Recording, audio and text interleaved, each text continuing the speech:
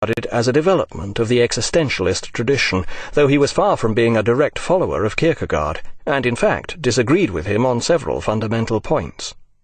Unlike Kierkegaard, Husserl retained a certain belief in traditional philosophy, at least in its aims. Indeed, his starting point was an attempt to overcome the division between the two main strands of contemporary philosophy, namely rationalism and empiricism. The rationalist element was epitomized by its originator, the 16th-century Frenchman René Descartes. He based his systematic rational view of the world upon one bedrock certainty, cogito ergo sum. I think, therefore I am. The empiricist argument was most forcibly put by the 18th-century Scotsman David Hume, who maintained that we can know nothing for certain apart from what we actually experience. Even such things as causality can never be certain, for we never actually experience one thing causing another, simply a succession of events. Husserl tried to resolve this dichotomy by seeking some fundamental level which underlay both points of view. He declared that only by analyzing the immediate experience that precedes systematic thought can we discover the philosophical ground upon which such things as logic and mathematics, i.e., the domain of reason, are based. We must return to the immediacy of reality as it presents itself to our experience. This could be done only by analyzing the raw material of consciousness prior to the presuppositions or theories that we so habitually impose upon it. In other words, we must deal with the basic phenomena of our experience. To this activity Husserl gave the name phenomenology. In this way, Husserl sought to turn philosophy into an exact science. Mental acts could be described in a way that freed them from our prejudices about the objective nature of the world. They could also be analyzed in such a way as to free them from assumptions about their own nature.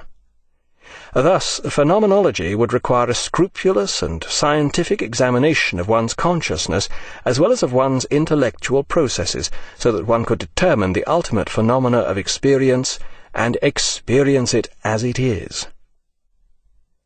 Now Sartre could see what Aron meant when he said that even talking about a glass of apricot cocktail could be philosophy. By examining the sticky, bilious phenomena that constituted this encounter, we could come to philosophical conclusions about the nature of experience, our being and the world, and thus existence itself. This was existentialism. May you live in interesting times, says the old Chinese curse. Berlin in 1933 was about as interesting as it gets. Before Sartre's arrival in September, Hitler had won election as Chancellor of Germany, and during the ensuing year he set about consolidating his power, marching his stormtroopers through the streets with banners and flares, holding public book burnings, dissolving the trade unions, purging the civil service and academia of Jews. Here was ideal schooling for someone who was later to set himself up as one of the leading political theorists of our time. Or so one might think. But Sartre had something far more interesting to study: his own consciousness. Judging from most reports, Sartre spent his year in Berlin in a kind of solipsistic daze, straining to discern the pure, untrammeled phenomena of his experience. Meanwhile, the cabarets of Isherwood and Sally Bowles were being smashed to smithereens.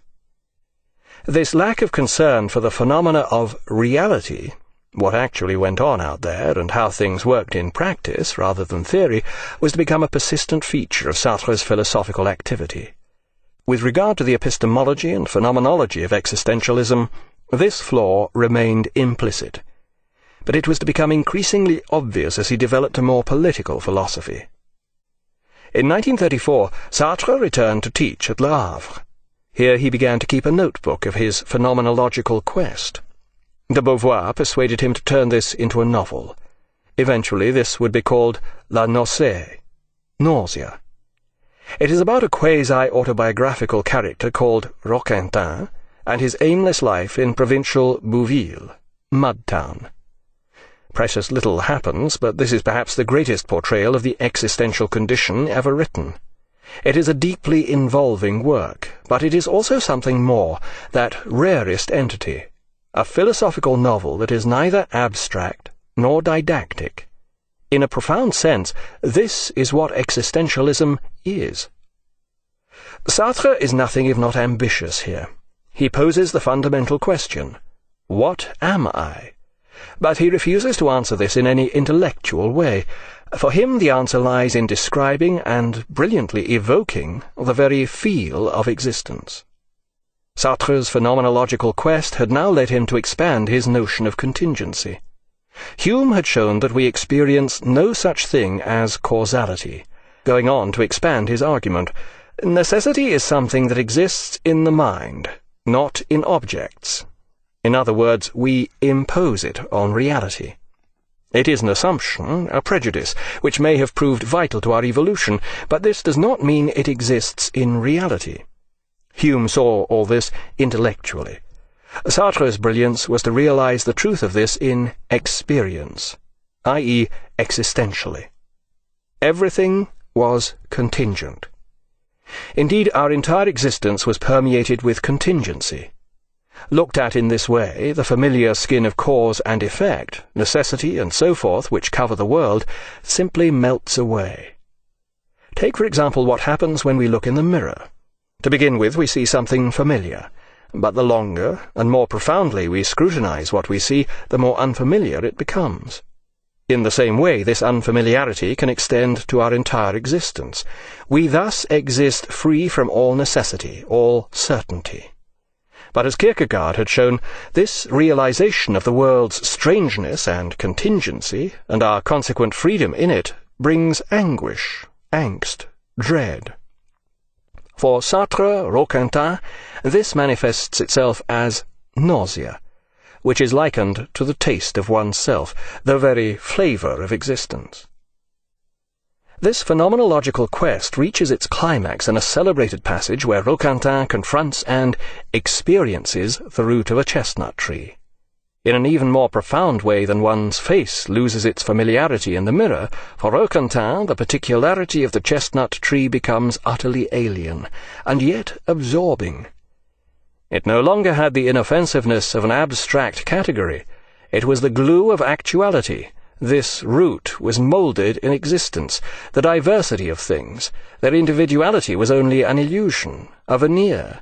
This veneer had melted, given way to moist solidity, monstrous and chaotic, nude, fearfully and obscenely nude. Ultimately, reality was viscous and obscene. During this experience, Roquentin had been nothing but awareness, and concomitant with this awareness came the realization of the utter absurdity of everything. But once again, this was no intellectual realization.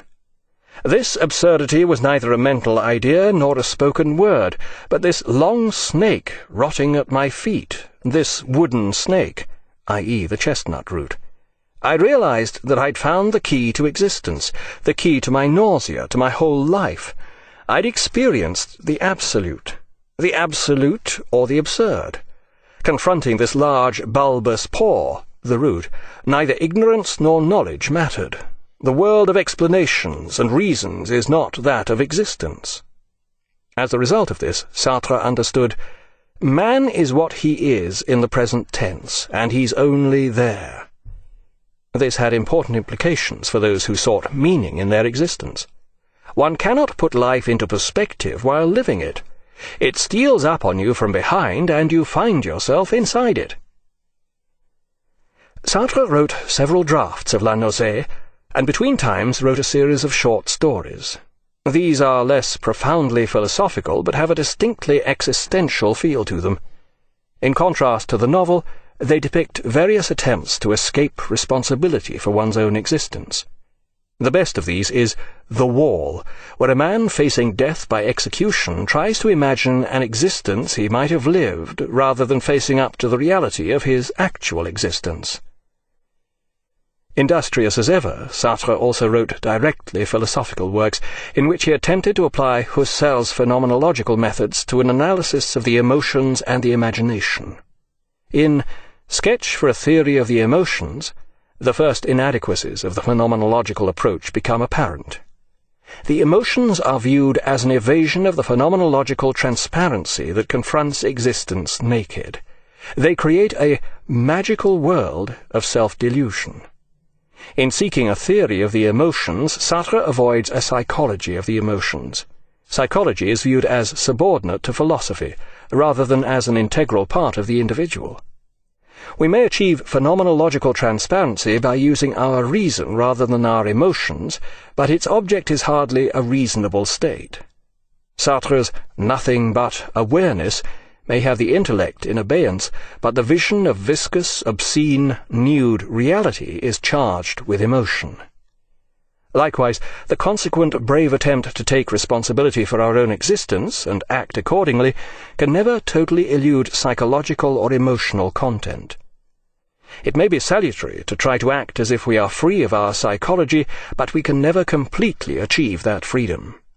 Yet Sartre's insistence that we must never hide behind such things is undeniably a brave prescription for a philosophy of action. By now, de Beauvoir had a teaching post at nearby Rouen, and they would meet on the weekends. They also continued to correspond at length during the week. As they had intended at the outset, their relationship remained totally open. There were no secrets whatsoever between them. Yet here again this utter transparency would never be free of psychological undertones. Voyeurism and other murky elements soon became apparent.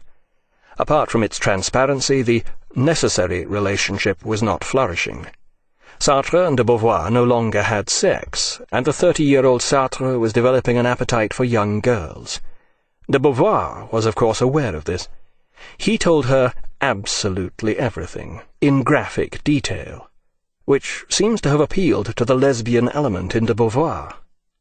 Possibly to ensure that she remained in control of the situation, de Beauvoir introduced Sartre to one of her 17-year-old students, but only after she too had enjoyed a brief fling with her. Wanda was a waif-like half-Russian who had long blonde hair and an anarchic temperament. Read Spinoza, Barefoot in Winter, etc. Later, Sartre would move on to Wanda's younger sister, Olga. Throughout, Sartre and de Beauvoir retained the exemplary transparency between themselves, but where the others were concerned, a web of deceit to match any bourgeois provincial hypocrisy was soon being spun. Sartre's other attempt at utter transparency was also not quite what it seemed. Years before even such accredited pioneers as Aldous Huxley, Sartre began experimenting with mescaline. It was under the hallucinogenic effects of this drug that he saw the vision of the chestnut tree root that he described in La Nocée. Whether it was mescaline or his own psychology that caused him to see ultimate reality as viscous and obscene is difficult to tell, and in a way irrelevant. La Nocée is presented as a work of fiction, and Sartre's brilliant rendition of his vision is a consummate metaphor for phenomenological transparency. Though this was not a first. Here literature was way behind art.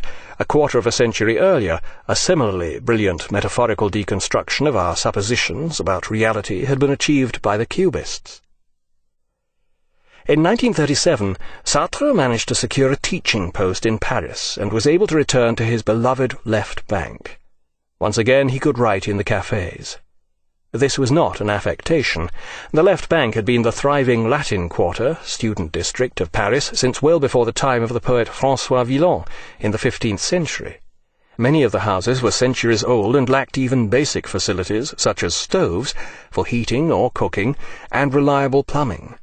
The occupants of such accommodations spent much of their time in the countless cafes and cheap restaurants that had sprung up to remedy this domestic oversight. In April 1938, La Nocée was published, followed a few months later by a collection of Sartre's short stories entitled Le Mur, The Wall.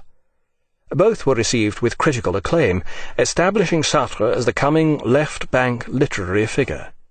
In 1939, his Sketch for a Theory of the Emotions was published to somewhat less acclaim, but it nonetheless added to his intellectual street cred. Sartre was on the brink of fame, but Europe seemed to be on the brink of war. Sartre, however, had spent a year in Berlin and knew the reality behind Hitler's aggression. "I know the state of mind of the German people. Hitler couldn't possibly dream of going to war," he assured his friends. he's definitely bluffing. Next day, Hitler invaded Poland, and the French army was mobilized. Within 24 hours, Europe was at war, and Sartre was in uniform. "The war divided my life in two," Sartre wrote later. He was to emerge from this experience completely transformed, in all but the acumen of his political judgment. Sartre was posted to a meteorological unit at the Eastern Front overlooking the Rhine Valley. The Germans could never attack here. France's eastern border with Germany was protected by the impregnable Maginot Line, the last word in modern defence. Simply a succession of events. Husserl tried to resolve this dichotomy by seeking some fundamental level which underlay both points of view. He declared that only by analysing the immediate experience that precedes systematic thought can we discover the philosophical ground upon which such things as logic and mathematics, i.e., the domain of reason, are based. We must return to the immediacy of reality as it presents itself to our experience.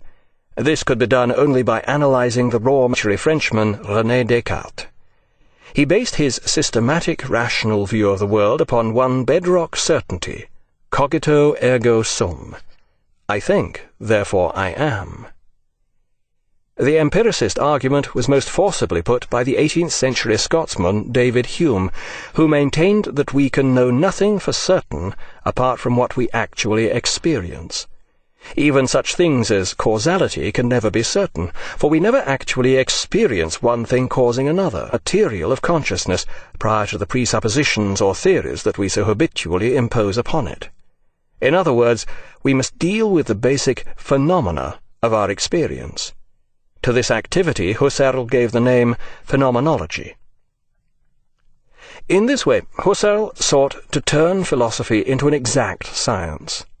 Mental acts could be described in a way that freed them from our prejudices about the objective nature of the world. They could also be analysed in such a way as to free them from assumptions about their own nature. Thus, phenomenology would require a scrupulous and scientific examination of one's consciousness as well as of one's intellectual processes, so that one could determine the ultimate phenomena of experience and experience it as it is. Now Sartre could see what Aron meant when he said that even talking about a glass of apricot cocktail could be philosophy. By examining the sticky, bilious phenomena that constituted this, as a development of the existentialist tradition, though he was far from being a direct follower of Kierkegaard, and in fact disagreed with him on several fundamental points.